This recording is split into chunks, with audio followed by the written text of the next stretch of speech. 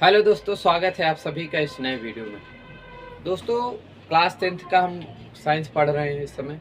और पिछली वीडियोज में हम लोगों ने सजातीय श्रेणी किसे कहते हैं और उसकी विशेषताएं को जाना था। आज का हमारा टॉपिक रहेगा कार्बनिक यौगिकों का नामकरण।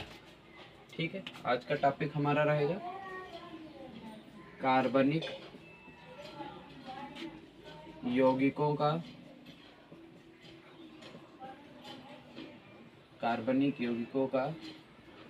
नामकरण, है ना। जो ऑर्गेनिक कंपाउंड्स होते हैं उनके नोमेनक्लेचर की का क्या सिस्टम वो चीज देखेंगे। ठीक, देखिए, जो जितने भी कार्बनिक यौगिक हैं उनको उनके नामकरण की दो विधियां साइंस में मौजूद हैं। पहली है आपकी निरर्थक या सामान्य पद्धति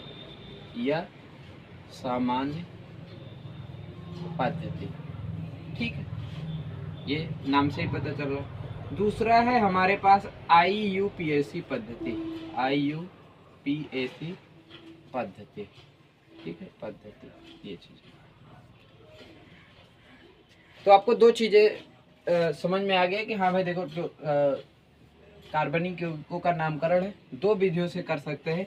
एक है निरर्थक या सामान्य पद्धति और दूसरी है IUPAC पद्धति।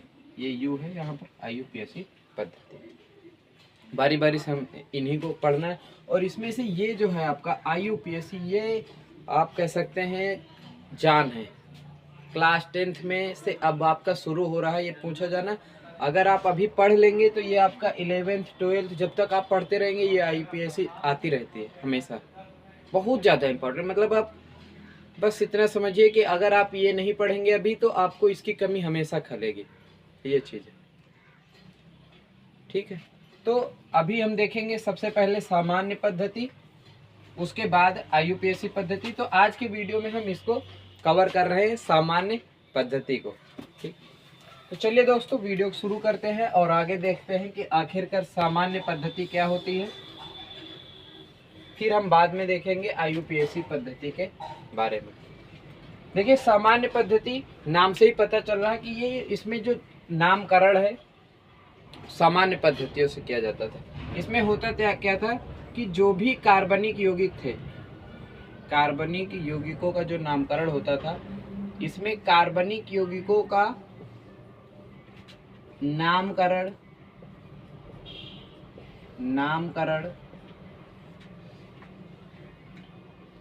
कार्बनिक यौगिक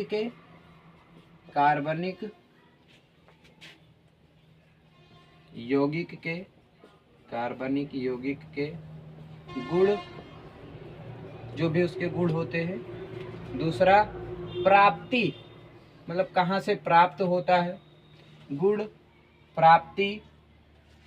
और एक चीज आता है आपका स्रोत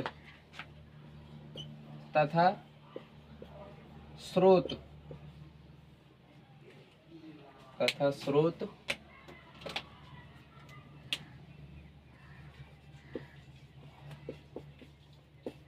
आदि के आधार पर किया जाता है या आप था बोल सकते हैं, के आधार पर किया जाता था। क्योंकि अभी ना वर्तमान में ये पद्धति उपयोगी नहीं है, ये निरर्थक साबित हो चुकी है।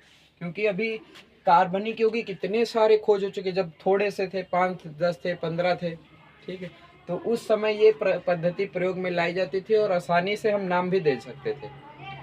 जैसे आपने एसिटिक एसिड का नाम सुना है, एसिटिक एसिड, उदाहरण की हम बात कर रहे हैं, ये इसका उदाहरण है। उदाहरण एसिटिक एसिड CH3COOH इसका सूत्र होता है। एक आपने सुना होगा फार्मिक एसिड,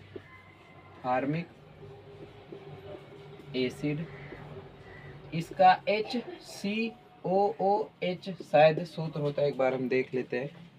हाँ सही है, ठीक, ये चीज। तो ये इसके उदाहरण निरर्थक पद ये। और फिर से एक बार हम आपको क्लियर कर दे रहे हैं। पहले तो ये समझ लीजिए कि आखिर ये पद्धति होती क्या है। तो कार्बनिक यौगिकों का नामकरण कार्बनिक यौगिक के गुण, प्राप्ति तथा स्रोत आदि के आधार पर किया जाता था। इसी को सामान्य पद्धति या निरर्थक पद्धति कहते थे। उदाहरण के लिए हमने एसिटिक एसिड और फार्मिक एसिड का उदाहरण लिया, क्योंकि जो फार्मिक एसिड होता है ये आपने देखा होगा, चींटियां काटती हैं तो फिर हमें एक दर्द या जलन का अनुभव होता है वहां पर जहां पर काटती हैं, तो वो क्या छोड़ती हैं, फार्मिक एसिड छोड़ती है। ठीक है, वहां पर फार्मिक एसिड छोड़ती है, तो इसलिए इस एसिड का नाम हो गया फार्मिक एसिड। मतलब जब आप इसका लैटिन शब्द देखेंगे, थोड़ा अंदर जाएंगे, तब आपको पता चलेगा कि हाँ ये चींटी की वजह से इस एसिड का नाम फार्मिक एसिड रखा गया। ठीक, वैसे ही जो एसिटिक एसिड है, इसमें देखो दिया है एसेटम, मतलब सिंपली आप यही समझ सकते हैं कि ये एसिड की वजह से, ये आप इन्हीं को ध्यान में गुण या फिर प्राप्ति या फिर स्रोत आदि के आधार पर नामकरण किया गया। ठीक है, तो यहाँ से अब ये टॉपिक क्लोज होता है और उतना ज़्यादा इम्पोर्टेंट नहीं है, लेकिन ये एक शुरुआत थी नामकरण की, इसलिए ज़रूरी भी है समझना जानना।